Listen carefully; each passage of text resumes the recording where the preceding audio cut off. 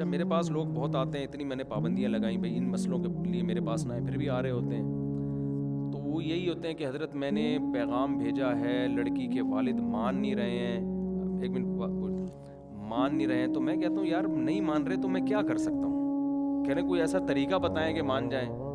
میں نے کہا ایسا طریقہ میرے پاس نہیں ہے, ورنہ جہاں بھی ہم نے بھیجا سب مان جاتے. ہم نے تو کہیں بھیجا تو کہیں مان گئے, بہت سارے نہیں مانے.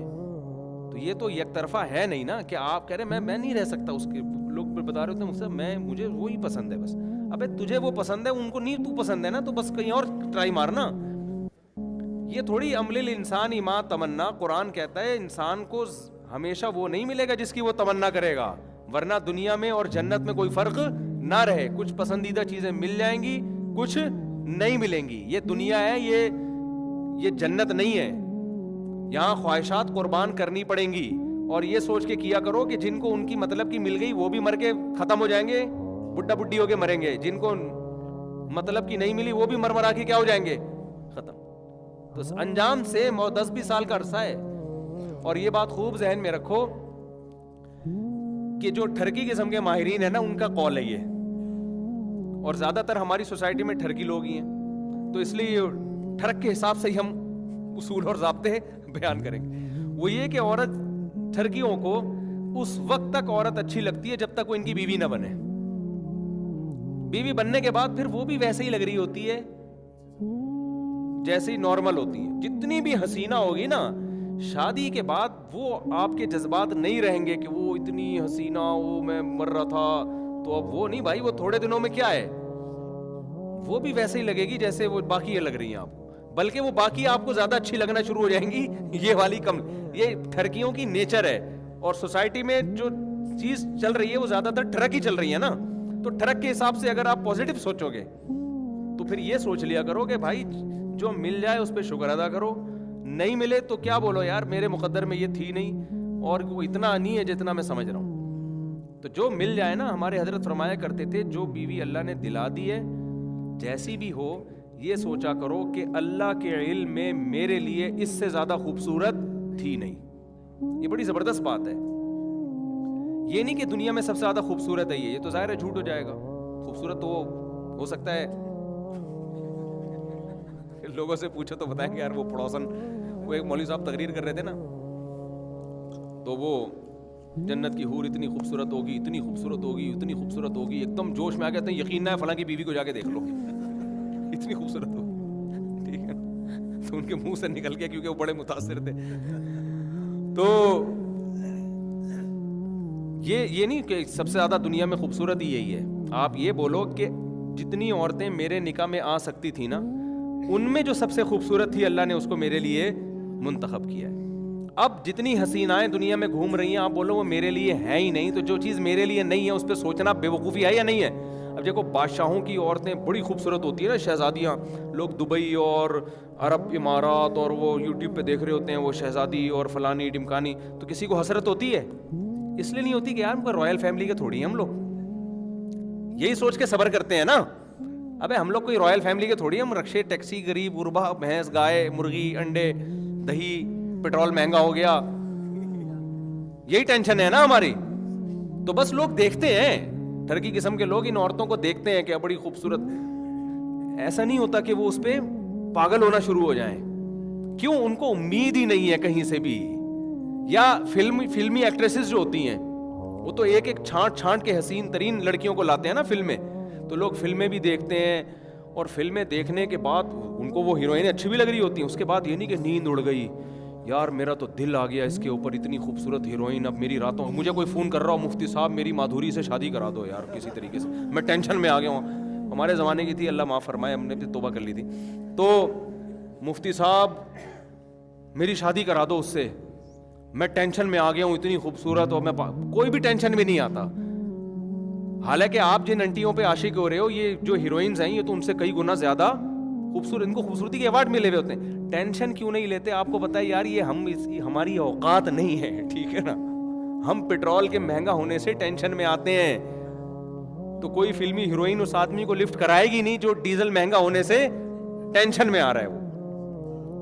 وہ بڑے بڑے کروڑ پتی لوگ ہو تو یہ ٹینشن نہیں لیتا. کیوں؟ مایوس ہوتا ہے. ہمیشہ ٹینشن اس چیز کی ہوتی ہے جس کی آپ کو کچھ امیدیں بن جائے. تو ایک مایوسی وہ ہے جو اللہ نے آپ کو مایوس کر دیا, فطرت نے آپ کو مایوس کر دیا, بھائی تیری اوقات ہی نہیں ہے, وہ حسینہ ہوگی تیرے لیے ہے ہی نہیں. تو غریب سے غریب آدمی بھی فلم دیکھ کے جتنا غریب ہوگا وہ کم ٹینشن لے گا. مالدار آدمی جب ہیروئنوں کے ڈانس دیکھے گا تو ٹینشن میں آئے گا, بھائی میرے پاس اتنا پیسہ ہے یار, اس سے کسی طریقے سے رابطہ کرو. رابطہ کیا, اس نے انکار کر دیا, یہ ڈپریشن میں جائے گا. ان کے واقعات سامنے آتے رہتے ہیں, افیئر چل رہے ہوتے ہیں نا, بھائی فلاں ہیرو کا فلاں ہیروئن سے افیئر چلا اور بریک اپ ہو گیا تو وہ ہیرو کھمبے سے لٹک گیا. وجہ کیا ہے کہ ان کو ہیرو کو چانس ہوتا ہے کہ یار ہیروئن سے تھوڑا سا ہو سکتا ہے ہماری سیٹنگ ہو جائے. ہیروئن کو چانس ہوتا ہے, ہو سکتا ہے یہ والا ہینڈسم ہے, ذرا اسمارٹ ہے, تھوڑا سا میرا اس سے. جو فلم دیکھنے والے غریب غربا آلو پیاز ٹماٹر والے, وہ جاتے ہیں فلم, غلط ہے فلمیں دیکھنا نہ شروع کر دو اس کے بعد کہیں. فلم دیکھ کے آتے ہیں کوئی ٹینشن, بلکہ انجوائے کر کے آ رہے ہوتے ہیں, یار بڑی زبردست فلم تھی یار, آج تو بڑا زبردست ڈانس کیا اس نے. تو یہ تبصرہ کرتے ہیں, ٹینشن نہیں لیتے, کتنی ہی خوبصورت. ان کو پتا ہے یار ہم جیسے غریبوں کے لیے یہ بالکل بھی آفر قدرت کی طرف سے نہیں ہے.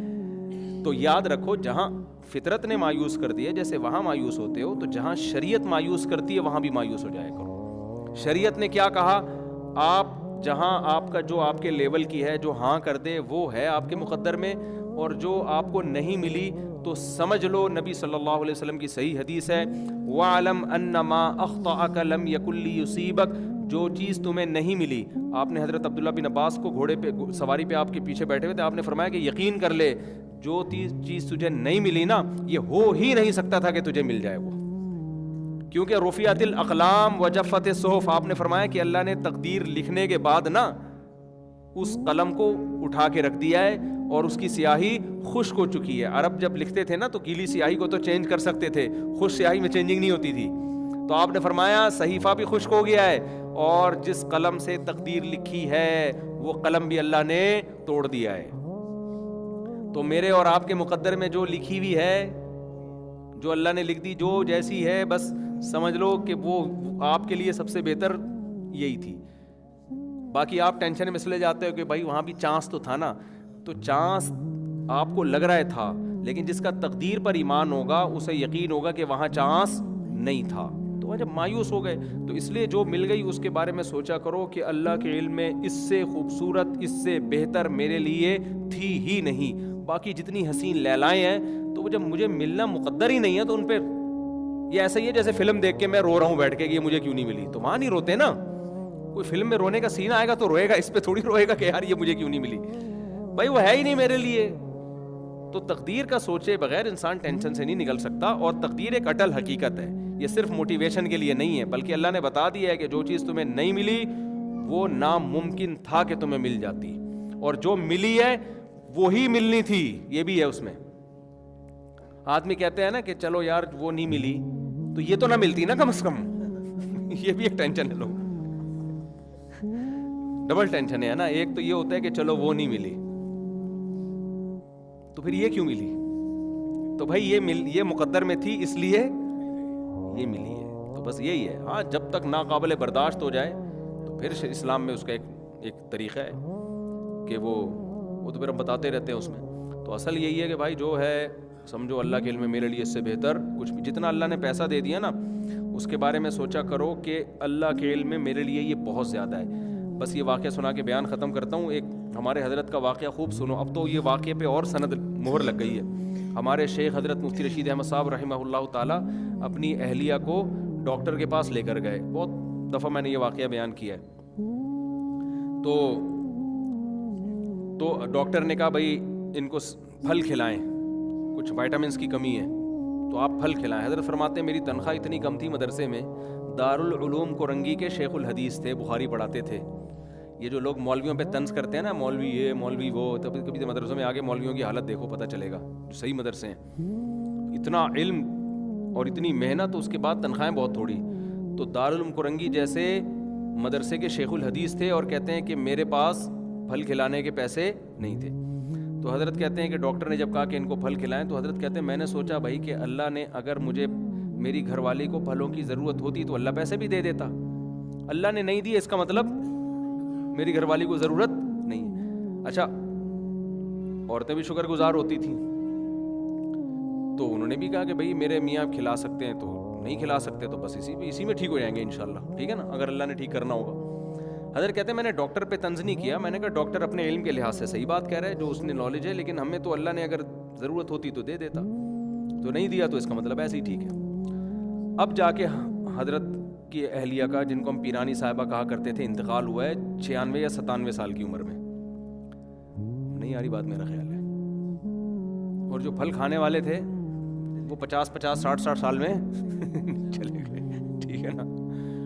تو بھائی ڈاکٹر کا علم اپنی جگہ ہے, اللہ پہ توکل ایک الگ چیز ہے. تو جو وسائل اسباب اللہ نے آپ کو دیے ہیں وہ لے کے چلو بس. آپ بھائی یہ ہمارے لیے ہاں وسائل دیے ہوں, پھر کنجوسی نہ کرو کہ اللہ نے پھل کے پیسے آپ کو دیے, بیوی کو کھلا بھی سکتے ہو. بیگم کہہ رہی ہے کچھ وٹامن سی کی کمی بہت زیادہ ہو گئی ہے, کچھ کبھی امرود کبھی کینو مالٹے لے آیا کرو. آپ کہہ رہے ہو ایکچولی اگر اللہ نے وٹامن سی کی کمی پوری کرنی ہوگی تو ایسے ہی کر دے گا, اللہ پہ توکل کرو. یہ توکل کا غلط استعمال, یہ غلط استعمال ہے. جب اللہ نے وسائل دیے تو کرو, نہیں دیے تو بھائی اللہ ہی کھلائے گا, اللہ ہی پلائے گا. مجھے یاد ہے پہلے ڈاکٹر بھی بڑے نا مذہبی ہوتے تھے نا, تو بڑی صحیح طریقے سے لوگوں کو ترغیب دیتے تھے. ایک غریب نے ڈاکٹر کو خط لکھا کہ میں تو نہ بادام کھا سکتا ہوں, نہ میں گوشت کھا سکتا ہوں, نہ میں یہ کھا سکتا ہوں, تو مجھ میں تو, اب کوئی لبرل ڈاکٹر ہوتا تو وہ تو کہتے تھا تو ویسے ہی مر جائے گا تھوڑے دنوں میں, کیونکہ صحت تو غربت اور پیسہ نہیں دیکھتی نا. تو ڈاکٹر نے اس کو لکھا, اخبار میں یہ شائع ہوا تھا, بہت پرانا واقعہ ہے. تو ان کو ڈاکٹر نے موٹیویٹ ایسے کیا, انہوں نے کہا یار کتنے جانور ہیں خالی گھاس کھاتے ہیں, ساری کمی ان میں پوری ہوتی ہے. کتنے جانور صرف گوشت کھاتے ہیں, ساری کمی اللہ ان میں. تو تمہیں جو وسائل اللہ نے دیے ہیں انہی میں جو کھانا ہے کھا لو, اللہ سارے وٹامنس کیا کر دے گا, پورے کر دے گا. اور ایسے غریب پھر بہت لمبے عرصے چل بھی رہے ہوتے ہیں, حالانکہ ان کی ڈائٹ کو بیلنس ڈائٹ ہی نہیں ہوتی, تو بیلنس کہاں سے ہوگا اس میں, ٹھیک ہے نا.